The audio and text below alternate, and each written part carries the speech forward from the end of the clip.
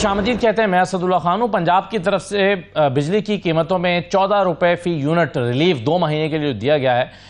इस पर बजाय इसके कि तहसीन की जाए पंजाब की, मरियम नवाज को जो नवाज शरीफ साहब ने शाबाश दी, बाकी लोग भी शाबाश दें, उल्टा उन पर तनकीद हो रही है। खास तौर पर सिंध की तरफ से बड़ा क्रिटिसिज्म हो रहा है कि ये इम्तियाजी सलूक किया गया है। ये सिर्फ पंजाब में क्यों किया गया है? नवाज शरीफ साहब को हदफ तनकीद बनाया जा रहा है और कहा जा रहा है कि क्या वो सिर्फ पंजाब के लीडर हैं, क्या वो सिंध के लीडर नहीं हैं।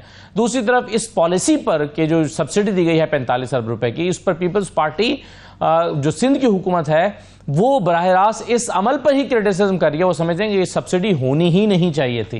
यानी पीपल्स पार्टी का नुक्ता नज़र मुख्तलिफ है, एमक्यूएम का तनकीद करने का नुक्ता नज़र मुख्तलिफ है। एमक्यूएम ये समझती है कि जो फेवर मिल रही है पंजाब को वो सिंध को भी मिलनी चाहिए, लेकिन पीपल्स पार्टी ये समझती है कि जो फेवर पंजाब को जो सिंध को ने नहीं ली है वो पंजाब को भी नहीं मिलनी चाहिए थी, क्योंकि ये तरीका ही गलत है, ये होना ही नहीं चाहिए। उन्हें क्यों लगता है, इस पर बात करेंगे। दूसरा, आज बानी तहरीक इंसाफ इमरान खान साहब का यह ख्याल है कि जनरल फैज़ हमीद को इमरान खान के खिलाफ वादा मुआफ़ गवाह के तौर पर इस्तेमाल किया जा सकता है और उनको कोशिशें हो रही हैं, उनके बकौल उनको लगता है कि कोशिशें हो रही हैं कि जनरल फैज़ हमीद को वादा मुआफ़ गवाह बना दिया जाए और इन्हें जो है वो मिलिट्री कस्टडी में दे दिया जाए। इमरान खान साहब को ऐसा क्यों लगता है और वो ये क्यों कह रहे हैं, इस पर भी हम बात करेंगे। दूसरा, बैरिस्टर गौहर साहब ने वजाहत की है रऊफ हसन साहब के जो भारतीय सहाफ़ियों से राब्तों के हवाले से। वो कहते हैं कि जी कोई गैर कानूनी काम नहीं है, अगर कोई राब्ते हुए हैं तो इसमें कोई हर्ज नहीं है, कोई बुरी बात नहीं है।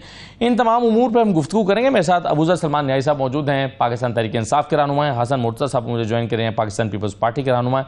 और कामरान मुर्तज़ा साहब हमारे साथ मौजूद होंगे, JUI के रहनुमा हैं। मुस्लिम लीग नून से भी हमारे साथ इब्तिदा में तारिक फजल चौधरी और फिर अली गौहर बलोच साहब मौजूद होंगे। मैं तमाम मेहमानों को खुशामदीद कहता हूँ। शुरू में मैं आपको सुनाना चाहता हूँ कि 14 रुपए की सब्सिडी दी गई है फी यूनिट 2 महीने के लिए पंजाब में और फिर इस्लामाबाद में भी। अबूज़र सलमान न्याई साहब, इंफॉर्मेशन मिनिस्टर कहते हैं कि बजाय इसके कि इस मामले को सराहा जाता है, इस पर तनकीद हो रही है उल्टा। क्यों नहीं सराहा जाना चाहिए? ये तो अच्छा कदम है, चले 2 महीने के लिए लोगों को रिलीफ मिला है।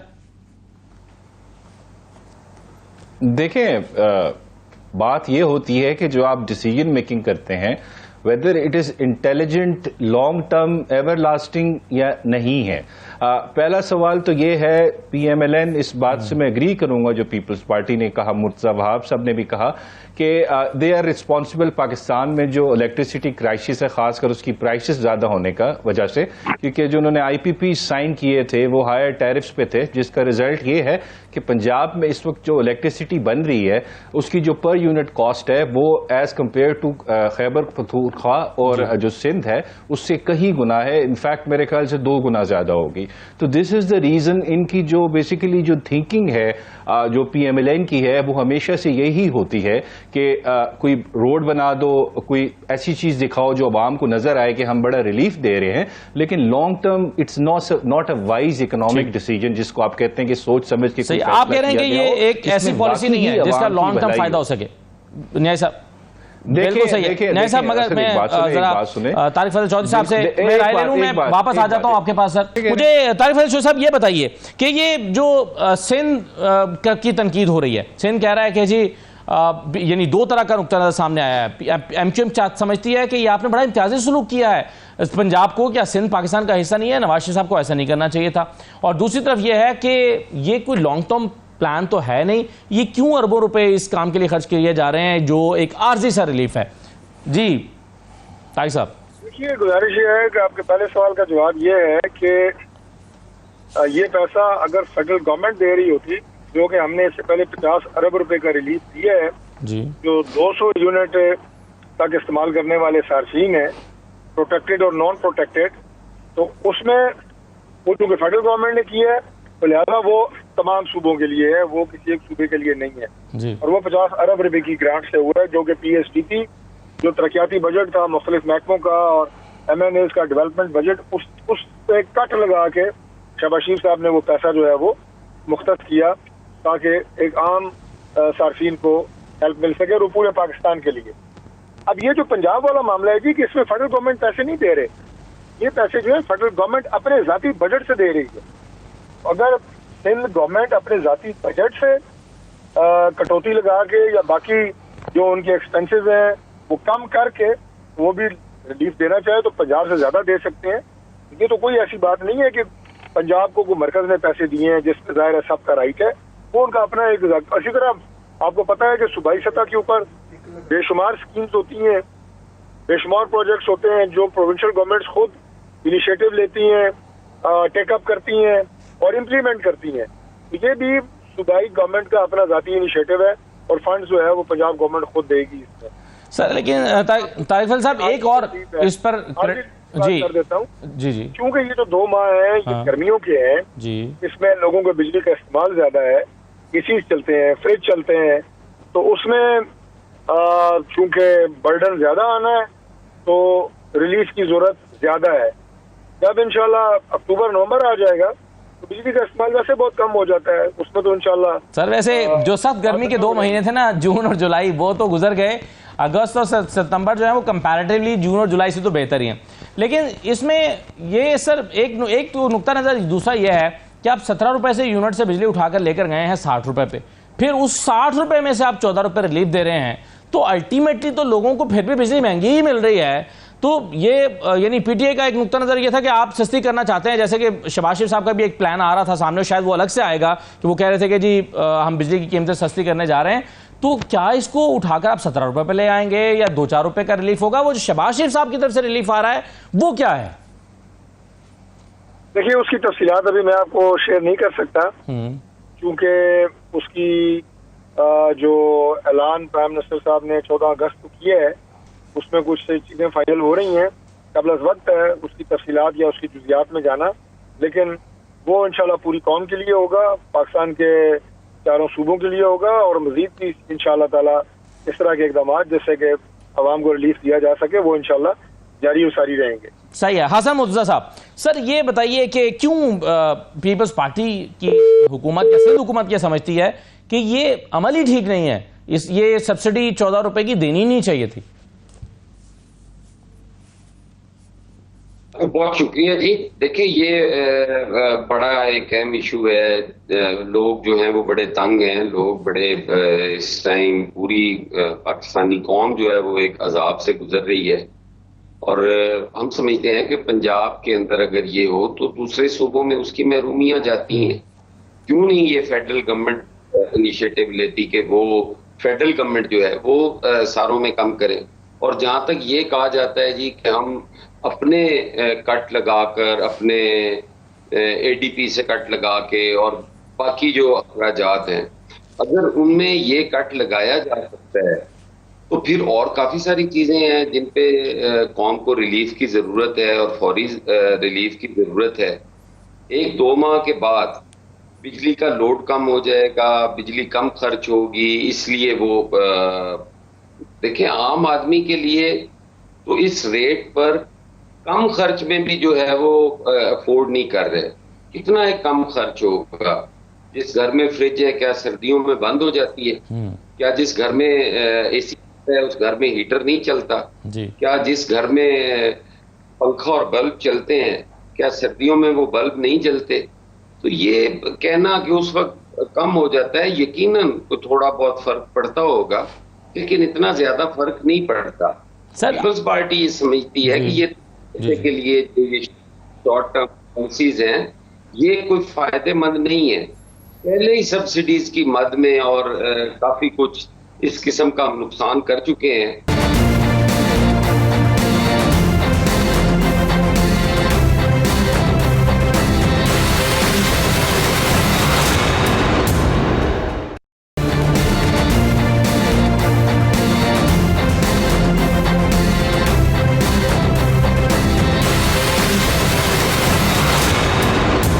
ब्रेक के बाद आपको दोबारा खुशामदीद कहते हैं। क्या जनरल फैज़ हमीद को इमरान खान के खिलाफ वादा मुआफ़ गवाह बनाया जा सकता है या फैज़ हमीद खुद ये फैसला कर सकते हैं कि वो इमरान खान के खिलाफ वादा मुआफ़ गवाह बन जाएं? और ये क्यों इमरान खान को लगता है, उन्होंने आज जो डयाला जेल में गुफ्तगू करते हुए बयान दिया है, उन्होंने कहा कि मेरे खिलाफ उनको इस्तेमाल किया जा सकता है और मुझे मिलिट्री कस्टडी में ले जाने के लिए किया जाएगा। ये इमरान खान को ऐसा क्यों लगता है और ये क्या होने जा रहा है? आप पीपल्स पार्टी इसको कैसे देख रही है? क्योंकि हुकूमत का मौक़िफ़ तो इसमें बड़ा वाज़ेह है। हुकूमत तो ये कह रही है कि जी ये सब मिलजुल के हो रहा था, इमरान खान ने ये सारा प्रोजेक्ट इनिशिएट किया, जनरल फैज़ हमीद उनके सहूलतकार थे। पीपल्स पार्टी का मौक़िफ़ इस पर क्या है? हसन मुर्तज़ा साहब कैसे देख रहे हैं इस सारे मामले को?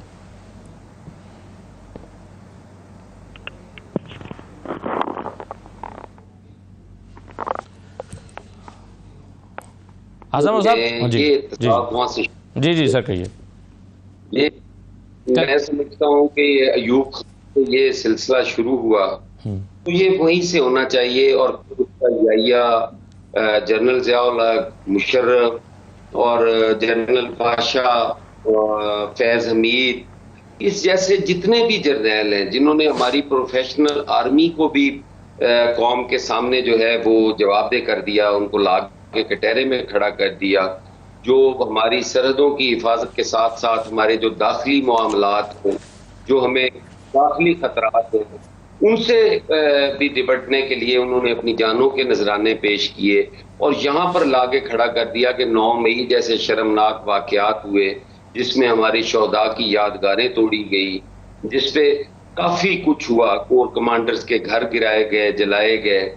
तो ये सारी चीजों के जो जिम्मेदार हैं, उसमें अगर इमरान खान साहब भी आते हों, उसमें पाकिस्तान पीपल्स पार्टी बेशक आती हो, चाहे नून लीग आती हो, कोई भी जमात आती हो, बिला तफरीक होना चाहिए। मुल्क के लिए जो भी हमारे लॉ एनफोर्समेंट एजेंसीज हैं, जो भी हमारे सिक्योरिटी के इदारे हैं, यकीनन उनका इज्जत एहतराम होना चाहिए, और वो किसी फर्द से खराब हो रहा हो तो उसमें तो मैं नहीं समझता कि पीपल्स पार्टी कभी भी ये सोच सकती है कि हमारे इदारे, हमने तो आमरीत के खिलाफ भी जदोजहद की, शख्स के खिलाफ भी जो फर्द वाहिद था, हमने आज तक इदारों को तनकीद का निशाना नहीं बनाया, लेकिन हमने उस शख्स के खिलाफ जरूर जदोजहद की और आइंदा भी करते रहेंगे। ये मगर आपका जो मौक़िफ़ है वो तो हसन मिर्ज़ा साहब ये है ना कि जिसने भी पाक फ़ौज के एक प्रोफेशनल इदारे को नुकसान पहुंचाने की अपने ज़ाती एक्ट की वजह से कोशिश की, उसको उसका हिसाब होना चाहिए।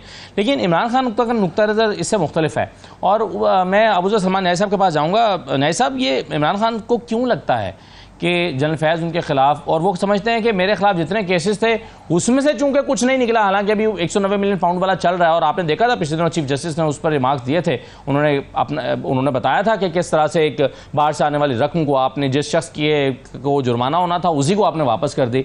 तो 190 मिलियन पाउंड तो अभी बाकी है, अभी आज उसमें रोका भी है इस्लामाबाद हाई कोर्ट की तरफ से कि आदमी फैसला ना सुना जाए।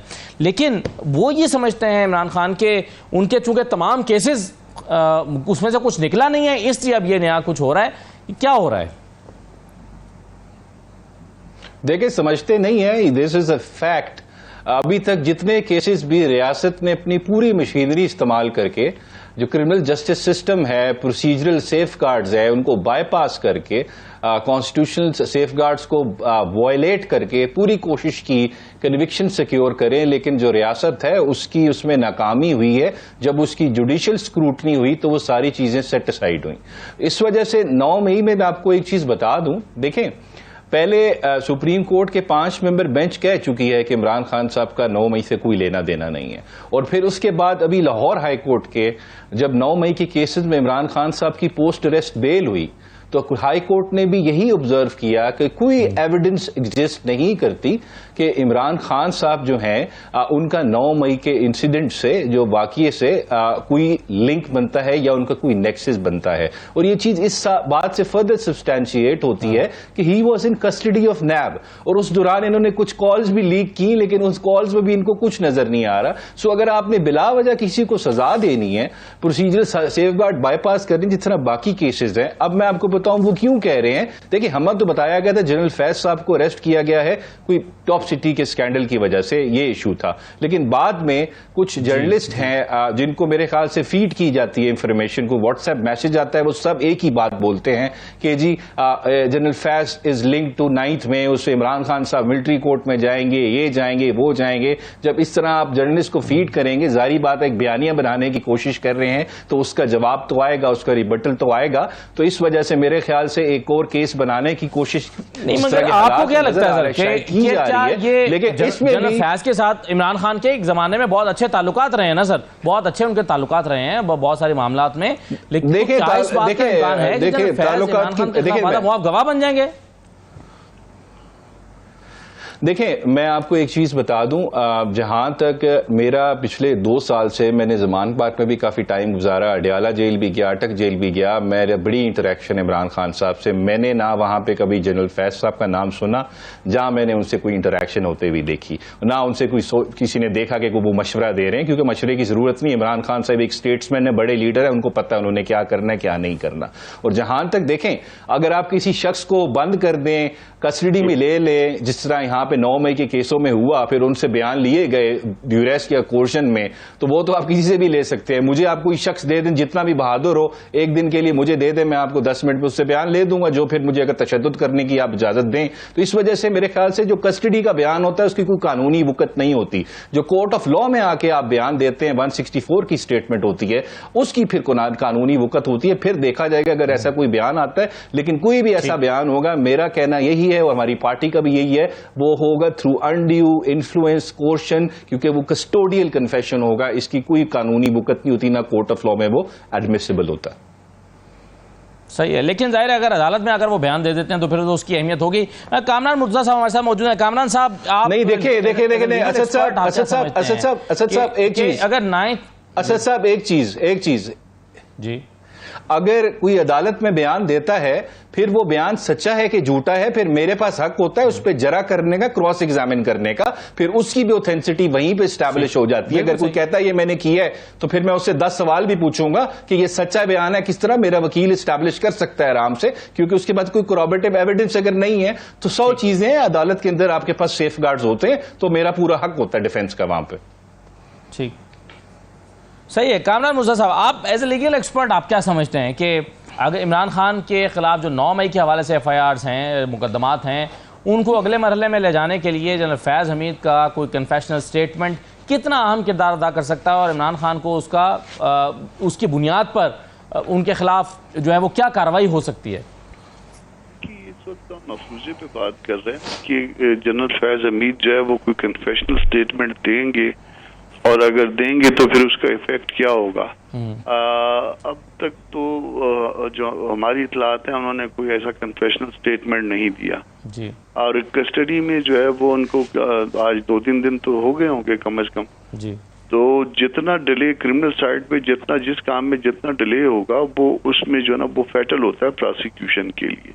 फर्ज कर लीजिए कि ये कन्फेशनल स्टेटमेंट फर्ज करते हैं कि वो कन्फेशनल स्टेटमेंट हुई और 8-10 दिन 12 दिन के बाद हुई, तो अब उसको उस दिनों के डिले के साथ जो है ना उसकी वेटेज जो है ना वो डिले के साथ जो है ना मिला के चेक होगी। फिर सब्जेक्ट टू क्रॉस एग्जामिनेशन है। आया इसमें जो है ना अब इस वक्त तक जो कस्टडी में लिया गया है उनको किसी अदालत में पेश किया गया है for the purpose of remand, या वो आर्मी का अपना मैकेनिज्म है उसमें उन्होंने उनको वो किया हुआ है। तो ये सारी चीजें जो है ना फिर देखनी पड़ेंगी, और जब अल्टीमेटली फिर एवेल्युएशन होती है किसी एविडेंस की क्रिमिनल साइड पे, पहले आप बिफोर टाइम नहीं कह सकते कि क्या होगा। क्रिमिनल साइड पे जो है ना वो आप जब आर्गुमेंट की स्टेज पे आते हैं और सम अप हो जाता है केस, फिर उसका वजन आप करते हैं और उस वजन की बुनियाद पे आप कहते हैं कि मेरे ख्याल में होगा क्या, ये तो मुझे नहीं पता, ये तो गैब का इल्म है, मगर मेरे ख्याल में ये केस बनता है, एक्विटल का बनता है, कन्विक्शन का बनता है, किसी और उसमें कोई लेसर पनिशमेंट का बनता है, कोई कैपिटल की पनिशमेंट का बनता है। सही है। वो फिर आप कामरान साहब, आप जो टाइम का कह रहे हैं ना कि वक्त अगर एक शख्स के खिलाफ कुछ कोई इल्ज़ाम है, अगर वक्त पर नहीं हुआ है कि एक्शन जो एक्शन उस वक्त पर होना चाहिए था, मसलन इमरान खान के जब गिरफ्तार हुए तो फिर उन पर बहुत सारे मुकदमात बने, लेकिन जब इद्दत के मुकदमे में उनकी जमानत हुई या बरियत हुई, तो उसके बाद फिर जो है वो हमने देखा कि उनकी 9 मई में गिरफ्तारियां डाली गई 12 मुकदमात में। तो क्या ये कितना इम्पैक्ट कर सकता है कि जी आप 1 साल के बाद एक जुर्म में उनकी गिरफ्तारी डाल रहे हैं?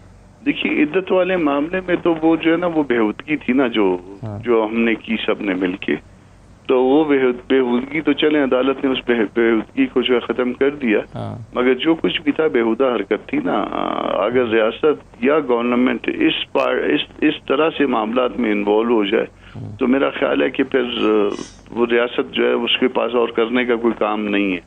तो आप तो पहले उनकी देखिए कि उनको 9 मई हो गया, 9 मई में उसमें बहुत सारे PTI के लोग अरेस्ट भी हो गए।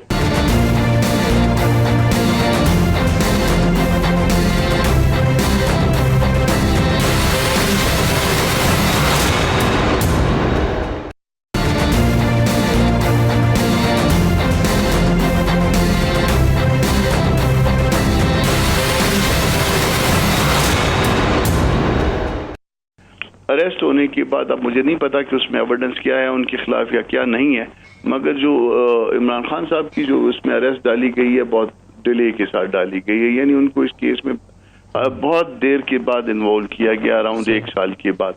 तो अब जब फैज हमीद साहब को भी उठाया गया है तो वो भी साल से ज्यादा अरसा हो गया है। अब उठाने के बाद जो है ना, फिर उसके बाद तो कब उनकी अगर कोई ऐसा कोई स्टेटमेंट आता है तो वो कब आता है, कितने दिन की डिले के साथ। तो ये जितना भी डिले है ना, ये फेवर करता है जिसके ऊपर इल्जाम लगाया जा रहा है। डिले जो है प्रोसिक्यूशन को कभी फेवर नहीं करता क्रिमिनल साइड पे।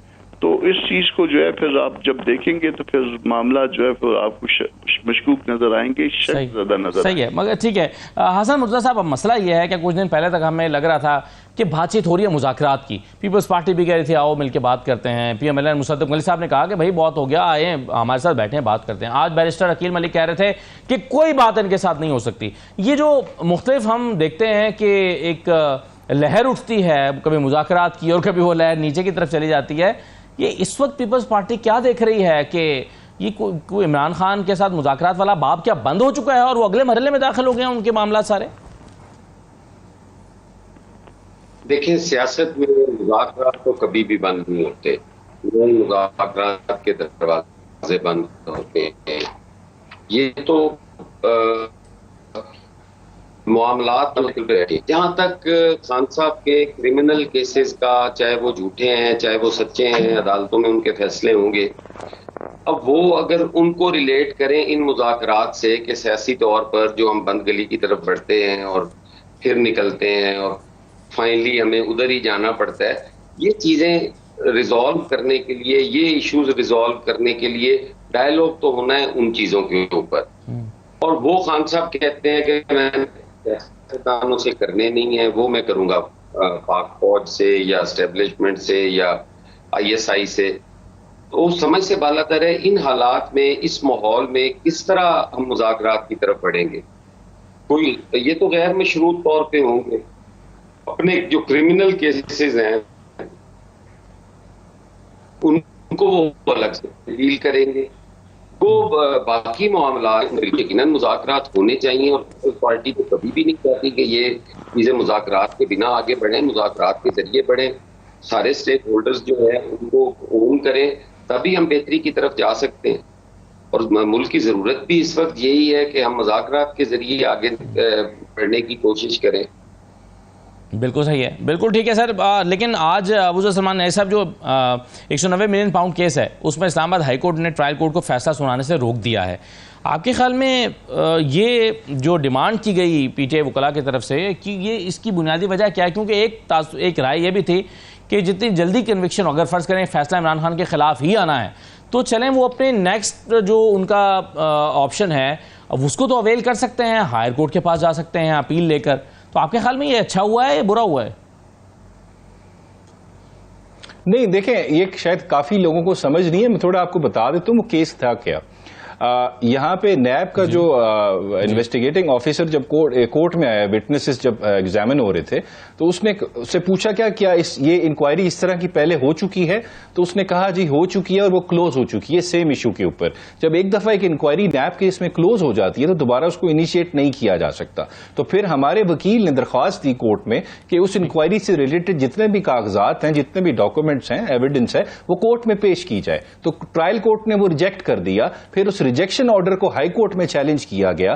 फिर वो हाई कोर्ट में उस वक्त तक, जब तक ये फाइनल जजमेंट देने से मना किया है और जब तक ये केस हाई कोर्ट में चल रहा है, क्योंकि वो जो डॉक्यूमेंट है वो बहुत इंडिस्पेंसिबल है, नागुजीर है, क्योंकि इंक्वायरी क्लोजर का डॉक्यूमेंट है, जिस केस के इसके दिल के अंदर जाता है वो डॉक्यूमेंट। उसके बगैर ये ट्रायल होगा तो जस्टिस नहीं होगा। तो अगर वो डॉक्यूमेंट आ जाता है तो वो केस ऑलरेडी खान साहब के खिलाफ जो बना हुआ है, बाकी उसके मेरिट्स में बाद में बात कर लूंगा उसमें, क्योंकि मेरी नजर में वो केस बनता नहीं है, लेकिन वो केस वहीं पे खत्म हो जाता है अगर वो डॉक्यूमेंट ऑन रिकॉर्ड आ जाता है। तो ये केस इस चीज से रिलेटेड है, इस वजह से ये इस्लामाबाद हाईकोर्ट ने रोका। लेकिन मुझे उम्मीद है जल्द फैसला हो जाएगा।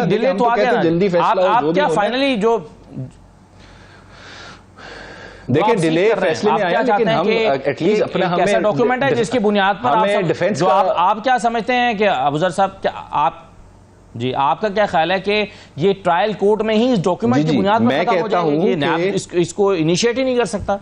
जी, मैं कहता हूं कि अगर वो क्लोजर ऑफ इंक्वायरी का डॉक्यूमेंट और उसके साथ के जो डॉक्यूमेंट्स हैं रिलेटेड वो अगर रिकॉर्ड पे आ जाते हैं तो मेरा डिफेंस जो है वो 50% से जाके 90% पे अगर स्ट्रांग हो जाता है, फर्ज करें मैं एग्जांपल दे रहा हूं, इस वजह से उस डॉक्यूमेंट की बेस पे मेरा केस और अच्छा हो जाता है, मेरा डिफेंस और अच्छा हो जाता है। तो उस डॉक्यूमेंट के बगैर अगर फैसला होगा तो वो इंसाफ का कत्ल होगा। इस वजह से हम हाईकोर्ट में कहे कि वो डॉक्यूमेंट सही है, लेकिन आपने जो अभी एक जुमला कहा इंक्वायरी का है, तो उसके बगैर ट्रायल कंप्लीट करना कि आपने ये कहा कि मेरे ख्याल में तो आपने कहा कि मेरे ख्याल में तो ये केस बनता ही नहीं है, मगर आपने देखा पिछले दिनों चीफ जस्टिस ऑफ पाकिस्तान ने जो नेशनल पार्क वाला केस चल रहा था उसमें उन्होंने रिमार्क्स दिए थे काजी फैसल साहब ने। उन्होंने कहा कि ये एक मुल्क जो है वो पैसे भेजता है एक शख्स से वापस लेकर और आप उसको दोबारा वापस कर देते हैं, तो वो मुल्क क्या सोचेगा कि हमने इनको पैसे रिकवर करके दिए और ये वापस उनके पास भेज रहे हैं, वो दोबारा क्या आइंदा पाकिस्तान पर ट्रस्ट करेगा? और मामले की तरफ मैं ज़रा सबकी राय ले लूँ और हसन मुर्तज़ा साहब से स्टार्ट करते हुए। हसन साहब, ये रऊफ हसन साहब के कुछ राब्ते भारतीय सहाफ़ियों के साथ उस पर काफ़ी क्रिटिसिज्म हो रहा है, पीटीआई उसको रिस्पॉन्ड कर रही है, पीटीआई कह रही है कि जनाब इसमें कोई बुरी बात नहीं है, इस तरह के सियासी जमातें मुख्तलिफ किसी भी मुल्क के सहाफ़ियों के साथ ये रखती हैं, लेकिन हमारे यहाँ मामला जब भारत का आता है तो ज़रा एक चीज़ सेंसिटिव हो जाती है। आपके ख्याल में ये ठीक हुआ, गलत हुआ? एक जमात के इंफॉर्मेशन सेक्रेटरी जो हैं वो इंडिया के सहाफ़ियों को कुछ चीज़ें फीड कर रहे हैं या उन्हें बता रहे हैं या अपना नुक्ता नज़र, अपना मौक़िफ़ दे रहे हैं, आप इसको किस तरह से देखते हैं? देखिए, आम हालात के अंदर तो अगर कोई सियासतदान किसी भी बैरूनी न्यूज़ एजेंसी से या रिपोर्टर से या कोई बात करता है, हम वॉइस ऑफ अमेरिका है, बीबीसी है, CNN है, हमारे काफ़ी सारे जो कायदीन हैं, क़यादतें हैं, वो करती रहती हैं, लेकिन थोड़ा सा इंडिया, जैसे आपने खुद कहा, उनका जो मीडिया है वो जिस तरह से पाकिस्तान के खिलाफ हर्जा सराई करता है और फिर इन हालात के अंदर जिस वक्त तरीके इंसाफ के ऊपर ये इल्जामात भी लग रहे हों कि साबित हो गए हों कि उन्होंने IMF को खत लिखे, उन्होंने एक फेडरल जो फाइनेंस मिनिस्टर था वो अपने प्रोविंशियल फाइनेंस मिनिस्टर्स को कह रहा है, डायरेक्शन दे रहा है कि आप इस किस्म के जो रूट हैं वो लिखें ताकि IMF की जो चल रही थी उस वक्त वो उस पर असरअंदाज हो। और इन हालात में तो उनको वाकई सीरियसली लेना भी चाहिए और हमारी बात जो है वो बहैसियत सियासी जमात वो बैरूनी रास्तों में या पाकिस्तान दुश्मन सरगर्मियों में मुलव्वस है, लेकिन ये चीजें जो है आप कह रहे हैं इन हालात में ये नहीं होना चाहिए और ख़ास तौर पर यानी आप यानी ये एक पैगाम आप दे रहे हैं जब दुनिया भर को और फिर भारत के सहाफ़ियों को भी दे रहे हैं, तो आप कह रहे हैं ये मुनासिब नहीं है। एक छोटा सा मैं ब्रेक लेता हूँ, एक खबर भी है, ब्रेक के बाद वापस आ जाते हैं।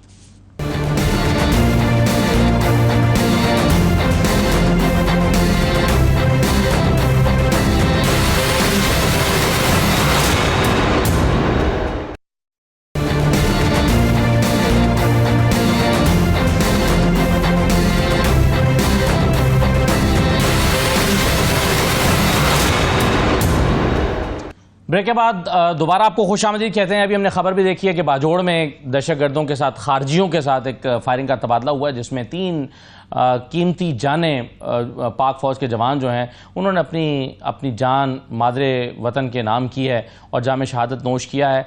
कुर्बानियों का सिलसिला जारी है और हम देख रहे हैं कि जो खारजियों की कार्रवाइयाँ हैं, दरअंदाजी की जो कोशिश है उसको नाकाम बनाया गया, 5 खारजी भी मारे गए हैं। लेकिन हम इसमें देखते हैं कि भारत का भी अक्सर औकात हाथ हमारे सामने दिखाई देता है। बेशुमार शवाहिद पाकिस्तानी इदारों के पास, एजेंसियों के पास मौजूद हैं और भारत वैसे भी पाकिस्तान और पाकिस्तानी फ़ौज के खिलाफ प्रोपेगेंडा करने का कोई मौका जाने नहीं देता हाथ से। अबू सलमान नई साहब, जब हम देखते हैं कि भारत ये काम जो है वो यानी पाकिस्तान और पाकिस्तानी अफवाज के खिलाफ प्रोपेगेंडे का काम अपने ज़ाहिर मीडिया के ज़रिए कर रहा होता है, अपनी एजेंसीज़ के ज़रिए कर रहा होता है, तो फिर उस मीडिया के जो पाकिस्तान के हवाले से और पाकिस्तान के इदारों के हवाले से बहुत बाइस्ड है, उसके साथ रवाबित रखना, क्या ये समझदारी का? चलें गैर कानूनी तो नहीं है, बैरिस्टर गौहर ने जैसा कि कहा कोई गैर कानूनी नहीं होगा, लेकिन क्या ये एक शऊरी तौर पर दुरुस्त अमल है?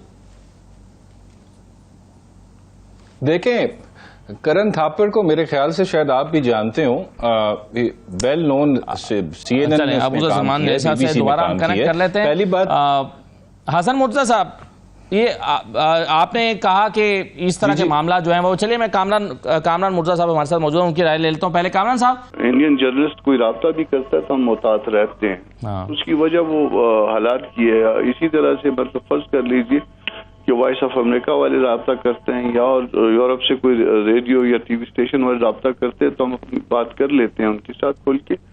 गो कि इस पे कोई लीगल जो है ना वो नहीं है और ये दुनिया जो है बड़ी महदूद हो गई है, मगर इसके बावजूद जो है ना वो इंडिया के हवाले से चूंकि रिजर्वेशंस रहती हैं तो इंडियंस के साथ बात करना जो है वो हम थोड़ा सा अवॉइड करते हैं। मगर इसके साथ सवाल ये है कि अगर कोई बात की है, कोई अपना वर्जन दिया है कोई इंडियन सहाफ़ी को भी, तो भी कोई ऐसी गुनाह वाली बात नहीं है अनलेस कि कोई ऐसी बात की जाए जो कि मुल्क के मफाद के खिलाफ हो। अगर मुल्क के मफाद के खिलाफ नहीं है तो फिर देन जो है ना वो अपना वर्जन देना है। अपना वर्जन तो आप मीडिया को देते रहते हैं ना। जी ठीक है। अबूज़र सलमान साहब कैसे देख रहे हैं आप?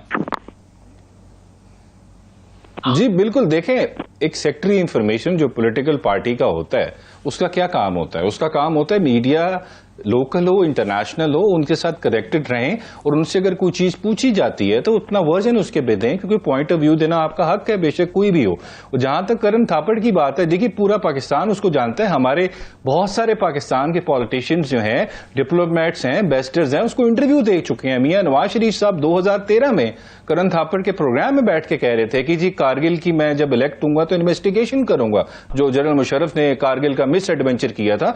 मियां नवाज शरीफ साहब के अपने अल्फाज हैं। सो मेरे ख्याल से अगर आप इंटरनेशनल मीडिया से कनेक्टेड हैं, there is no harm in it. हाँ, अनलेस अगर आप कोई ऐसी बात कर रहे हैं जिससे रियासत पाकिस्तान, मैं रियासत पाकिस्तान की बात कर रहा हूं, उसका कोई मफाद जो है वो इंडेंजर हो रहा है। कनेक्टेड होना किसी सहाफी से ना कोई कानून में मेरे नजर में कोई बुराई है, बल्कि कोई जुर्म है, और ना कोई सोशली या मॉरली इसमें कोई इतना इशू है। तो मुझे नहीं समझ आ रही इस पे भी अब गद्दार किसी को आपने प्रूव करना है, रऊफ हसन साहब को या पाकिस्तान तहरीक इंसाफ को, जी गद्दार है। तो मेरे ख्याल से ये सारी जो हैं ये चहमगोइयां हैं, मुबालगा राई है, इसका हकीकत से कुछ लेना देना नहीं। जो हम भी उतने पैट्रियोटिक हैं जितने बाकी सारे लोग हैं। इस तरह के गिमिक्स इस्तेमाल करके आप किसी पॉलिटिकल पार्टी को गद्दार नहीं प्रूव कर सकते। इस पार्टी ने पाकिस्तान में सबसे ज्यादा वोट लिए हैं, तो इस मुल्क की अवाम इस पार्टी को पैट्रियोटिक समझती है और वही हमारा मेन टेस्ट है। चाहिए। हसन मुर्तज़ा साहब, एक और मामला है और वो है पाकिस्तान में स्लो इंटरनेट का मामला। इस पे एक अंदाजे के मुताबिक जो फ्रीलांसिंग का काम करते हैं वो $500 मिलियन का उनका नुकसान हो चुका है, यानी पाकिस्तान के ज़रिए मुबादला का नुकसान हो चुका है ना, क्योंकि ये एक ऐसी एक्सपोर्ट है कि जिसमें हम कुछ भी इंपोर्ट नहीं कर रहे होते, खालिसतन एक्सपोर्ट कर रहे होते हैं, तो पैसे हमें पाकिस्तान को बाहर से आ रहे होते हैं। अब इसमें मुख्तलिफ तरह के मौक़िफ़ हैं। पहले ख्वाजा साहब ने कहा कि हाँ फायरवॉल की तनसीब हो रही है, सब पूरी दुनिया में होती है, हम ये कर रहे हैं, बस ये एडजस्टमेंट है, हो जाएगी, हो रही है। लेकिन इंफॉर्मेशन मिनिस्टर साहबा जो हैं, जो IT मिनिस्टर साहबा, वो ये कहती हैं कि हमने स्लो डाउन किया ही नहीं है इंटरनेट को, और ये तो VPN के कसरत इस्तेमाल की वजह से ये हुआ है। आपके ख्याल में ये कितना बड़ा कंसर्न है, और आप बतौर इत्तेहादी हुकूमत के होते हुए इसको क्यों नहीं उस तरह से उठा रहे हैं इस इशू को, क्योंकि इससे बहुत सारे फ्रीलांसर्स मुतासिर हो रहे हैं और पाकिस्तान ओवरऑल मुतासिर हो रहा है? देखिए, पाकिस्तान पीपल्स पार्टी तो हमेशा बात करती रहती है, वो फायरवॉल के हवाले से हो, दीगर मामलात के हवाले से हो। देखिए, अभी बात हो रही थी, हमने पहले दिन से ये बात कही कि तहरीक इंसाफ को बतौर सियासी जमात दीवार से नहीं लगाना चाहिए, और ना ही उनकी क़यादत के लिए कोई भी मावराए आइन कानून जो है, मावराए अदालत जो है, कोई ऐसा ट्रायल होना चाहिए। बिल्कुल उनको पूरा अपना हक है सफाई देने का। पीपल्स पार्टी ने बड़ी खुल के बात की उसके ऊपर। आज भी हम कहते हैं कि अगर नेट की स्पीड स्लो करते हैं या उससे हमारे, जैसे आप कह रहे हैं कि ज़र मुबादला में भी काफ़ी फ़र्क पड़ा है, तो पीपल्स पार्टी तो इस चीज़ को, अगर इस किस्म के कवानीन बनाने होते तो हम सिंध के अंदर बना लेते। हमने तो नहीं बनाए। हम तो कहते हैं कि ये चीज़ें सारी जो हैं इनको स्मूथली चलना चाहिए, इनको हमें कोई ऐसा ज़ाब्ता इखलाक होना चाहिए, किसी की इज्जत भी महफूज नहीं है। आप देख लें, इदारों को छोड़ें, फौज को छोड़ें, हुकूमत को छोड़ें, क्या दूसरे लोगों की इज्जतें महफूज हैं? जिस तरह से सोशल मीडिया का गलत इस्तेमाल किया जा रहा है, अगर उसके रिफॉर्म्स, उसके लिए कोई बेहतरी हो सकती है तो वो यकीनन होनी चाहिए। मैं नहीं समझता कि स्पीड कम करने से उसमें कोई बेहतरी आ जाएगी। जो चीज 2 मिनट में अपलोड होती है वो 10 मिनट में हो जाएगी, इससे ज्यादा तो डिले क्या आधे घंटे में हो जाएगी, लेकिन वो चीजें तो आती रहेंगी। इनको बेहतर करने के लिए कोई बेहतर पॉलिसीज बनानी चाहिए और वो हुकूमत ही बना सकती है। अगर हुकूमत उससे और आप उनसे रिक्वेस्ट कर सकते हैं या डिमांड कर सकते हैं अपने इत्तेहादी से, क्योंकि बतौर इत्तेहादी आप रिक्वेस्ट क्यों करनी है, हम डिमांड कर सकते हैं उनसे। और हम वो करते रहते हैं, इत्तेहादी होने के बावजूद, उनके साथ बैठे होने के बावजूद उन्हें कहते हैं कि ये चीजें आप गलत कर रहे हैं। आज आप ही के प्रोग्राम के अंदर इस चीज पे डिबेट होती रही है और पाकिस्तान पीपल्स पार्टी का बिल्कुल डिफरेंट मौकफ था आपके ये बिलों में रिलीफ के हवाले से। हम कहते हैं रिलीफ मिलना चाहिए, लेकिन उस रिलीफ को आर्जी रिलीफ नहीं होना चाहिए। उस मुल्क को उस रिलीफ को आधे मुल्क के अंदर नहीं होना चाहिए, सारे मुल्क के अंदर होना चाहिए। सही, तो ये बिल्कुल ठीक है। अबूजर साहब, अब ये सारा कुछ जो हो रहा है, फायरवॉल की तनसीब, एक तो इसमें हमारे से एक लेटर भी आजकल आया हुआ है, वो सर्कुलेट कर रहा है, अखबारात में भी आज खबरें लगी हुई हैं कि ये मनसूबा पहली मरतबा तो पीटीआई की हुकूमत ने 2019 में बनाया था कि इस तरह की तनसीब होनी चाहिए ताकि सोशल मीडिया को कंट्रोल किया जा सके। अब उसको एग्जीक्यूट कर दिया है हुकूमत ने, जो PMLN की हुकूमत है, और इस डिजिटल मीडिया पर बैठे हुए जो डिजिटल टेररिस्ट हैं उनको कंट्रोल करने के लिए किया गया है, और उनमें से ज़्यादातर का ताल्लुक आपकी जमात के साथ है। तो ये जिम्मेदार इसका फिर कौन हुआ? देखें, जहां तक ये बात है 2019 वाले का, मैंने उस I was not part of PTI, लेकिन मैंने लोगों से पूछा पार्टी के, ये एक स्कीम आई थी लेकिन उसको एग्जीक्यूट नहीं किया गया था, तो बिल्कुल ठीक नहीं किया गया था। अगर उसको एग्जीक्यूट भी किया जाए तो मेरे ख्याल से उस वक्त भी अगर किया जाता तो वो आजादी राय जो है उसके खिलाफ था। आर्टिकल 19 और 19(1) आइन का जो है उसकी वायलेशन थी, उसको नहीं होना चाहिए। जहां तक देखें, अब आप बात कर रहे हैं, पहली बात मैं कर दूं, अभी हम बात कर रहे थे रियासती मफाद की। क्या रियासत को इससे इकोनॉमिकली रियासत हिट नहीं हो रही? अगर आप जितने $1 मिलियन का बता रहे हैं नुकसान हो रहे हैं, तो क्या ये रियासत का मफाद नहीं है? रियासत को नुकसान हो रहा है। तो इस तरह के रियासत के मफाद को हम इग्नोर बड़े आराम से कर देते हैं, लेकिन अगर हम किसी जर्नलिस्ट से बात कर लें तो वो रियासत के मफाद के खिलाफ हो जाता है। तो इस वजह से मेरे ख्याल है हमें पहले डिफाइन कर लें रियासत का मफाद एग्जैक्टली है क्या। अगर इकोनॉमिकली रियासत हिट हो रही है, उसको नुकसान हो रहा है, उसके लोगों की अनएम्प्लॉयमेंट बढ़ रही है, उस वजह से उनका परचेजिंग पावर गिर रही है, तो मेरे ख्याल से वो भी रियासत का ज्यादा बड़ा नुकसान है। इस वजह से हमें पहले डिफाइन कर लेना चाहिए। जहां तक डिजिटल टेररिस्ट की बात है, मैंने ये पूरी दुनिया में कहीं ये लफ्ज नहीं सुना कि डिजिटल टेररिज्म भी होता है। हाँ, बिल्कुल हो सकता है। अगर आप किसी को कहें कि यहाँ पे जाके बम धमाका कर दो, इसलिए कि आप कोई ऑनलाइन मीडियम यूज करें, लेकिन अगर किसी को क्रिटिसाइज करना, अपना फंडामेंटल राइट एक्सरसाइज करना, और अगर वो किसी को क्रिटिसिज्म बुरा लगता है और आप उसको कहते हैं वो डिजिटल टेररिज्म कर रहे हैं, तो मेरे ख्याल से ये मुनासिब नहीं है। हर शख्स का आइन में हक है, वो किसी को क्रिटिसाइज कर सकता है। और जहां तक फ्रीडम ऑफ स्पीच को रेगुलेट करने की बात है, देखिए पूरी दुनिया में तरीकाकार दिया गया। ये नहीं है कि आप फायरवॉल लगा दें, सब कुछ बंद कर दें। उसका तरीका ये होता है कि कोई मवाद है ऑनलाइन पड़ा हुआ है, उसको रिमूव करवा सकते हैं प्रॉपर प्रोसीजर अडॉप्ट करके। ये गलत है, ये किसी का नुकसान हो रहा है, किसी की इज्जत खराब हो रही है। लेकिन ये नहीं कि आप एक बिल्कुल ब्लैंकेट ऑर्डर पास करके सब कुछ बंद कर दें या बिल्कुल स्लो डाउन कर दें। उससे मुल्क की इकोनॉमी को भी नुकसान हो रहा है और आपके बुनियादी हुकूक जो है, जिसमें सबसे इकोनॉमी को नुकसान हो रहा है और डिजिटल इकोनॉमी एक बहुत बड़ी हकीकत है। बिल्कुल जी, बहुत शुक्रिया अबूजर सलमान न्याय साहब, हसन मुर्तज़ा साहब, कामरान मुर्तज़ा साहब, प्रोग्राम में शिरकत करने का शुक्रिया। इजाज़त दीजिए, अल्लाह हाफिज़।